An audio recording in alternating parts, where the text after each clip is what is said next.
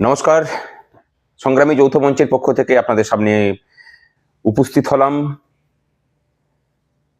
Supreme কোর্টে আমাদের যে ডিএ মামলা চলছে সেই ডিএ মামলার বিষয়ে কিছু তথ্য দেওয়ার জন্য।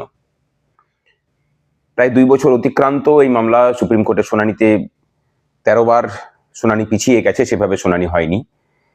এই মতো পরিস্থিতিতে আমরা সংগ্রামী যৌথ মঞ্চ এই মামলার ডিভিশন বেঞ্চের রায় বেরোনোর পরে যাদের ফরমেশন হয়েছে, যারা রাস্তার আন্দোলন করে চলেছি প্রায় 2 বছর হতে চলল, আমরা সিদ্ধান্ত নিয়েছি যে এই মামলায় আমরা সংযুক্ত হব।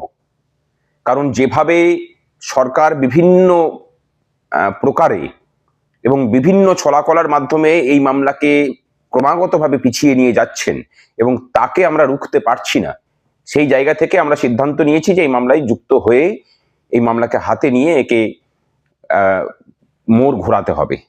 সরকার বলেন যে খেলা হবে, সেই খেলা হবের মধ্যে দিয়েই তাদেরকে খেলা দেখানোর সিদ্ধান্ত সংগ্রামী যৌথ মঞ্চ নিয়েছে। এবং আমরা কথা দিচ্ছি যে এই মামলায় মোড় আমরা ঘোরাবো এবং খেলা কিন্তু আদালতের ভিতরেও হবে। তার কারণ এখনো পর্যন্ত সংগ্রামী যৌথ মঞ্চ কোনো মামলা হারেনি এবং সেই ধারাবাহিকতা আগামী যে ডিএ মামলা সেখানেও বজায় থাকবে। অনেকে জিজ্ঞাসা করতে পারেন যে কখন আমরা কি ফাইল করছি। আমরা আমাদের যে ইমপিড অ্যাপ্লিকেশন সেটা ফাইল করব, আশা করছি এই মাসের শেষ দিকের মধ্যেই সেটা রেডি হবে। অলরেডি রেডি হয়ে গেছে, সেটাকে এখন কাটাছাড়া চলছে, কাগজপত্র জোগাড় করে সেটাতে অ্যানেক্স করার কাজ চলছে।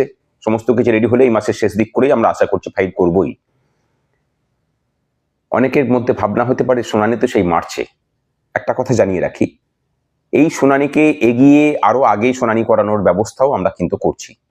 সুতরাং ভরসা রাখুন, এই মামলা যে লড়াই হবে, আমরা যেটা ঠিক করেছি যে সরকার পক্ষে যে আইনজীবী থাকবেন তার থেকে আরো ভারী এবং নামী আইনজীবী দিয়েই আমরা এই মামলায় লড়ব। কিন্তু তার জন্য যে আর্থিক সঙ্গতি প্রয়োজন, তার জন্য আপনাদের কাছে কিন্তু হাত পাততে হবে। যেভাবে আপনাদের সহযোগিতায় এই আন্দোলন চলছে, আদালতের লড়াইয়েও আপনাদের সহযোগিতা প্রয়োজন। এবং আমরা এখানে ঠিক করেছি যে অনলাইন ছাড়া কোনো অর্থ সংগ্রহ করা হবে না।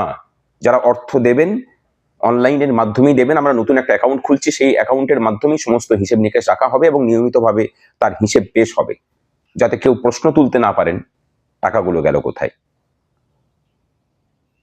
এতদিন যেভাবে আমরা স্বচ্ছতার সাথে কাজ করেছি, এখানেও তাই করা হবে। হ্যাঁ, তবে এটা ঠিক যে আন্দোলন চলাকালীন সময়ে সংগ্রামী যৌথ মঞ্চের নাম করে বহুজন অর্থ